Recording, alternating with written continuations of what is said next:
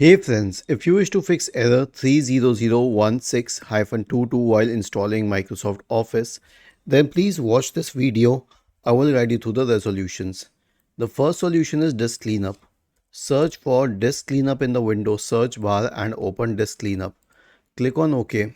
Now check all of these boxes here and then click on OK and then click on delete files.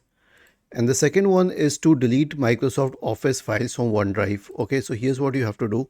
Go to OneDrive in the File Explorer menu. Now go to App Data. We just delete the complete App Data folder itself. Okay, that's the best thing to do. Okay, and other than that, go to Documents. And if you find any custom Office templates or any folder related to Microsoft Office, just delete it. Okay. The next one is a clean boot. Now, why are we performing all of this? Because see, there would be some sort of interference preventing the installation of Office. This is what this error code means.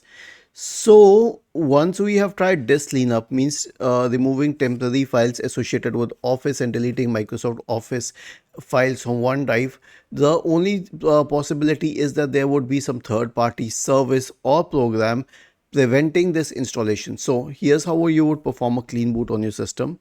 Search for system configuration in the Windows search bar, open system configuration, go to the services tab, check the box associated with hide all Microsoft services. If any of the services checked, click on disable all, apply, OK, and then restart your computer. Was this helpful?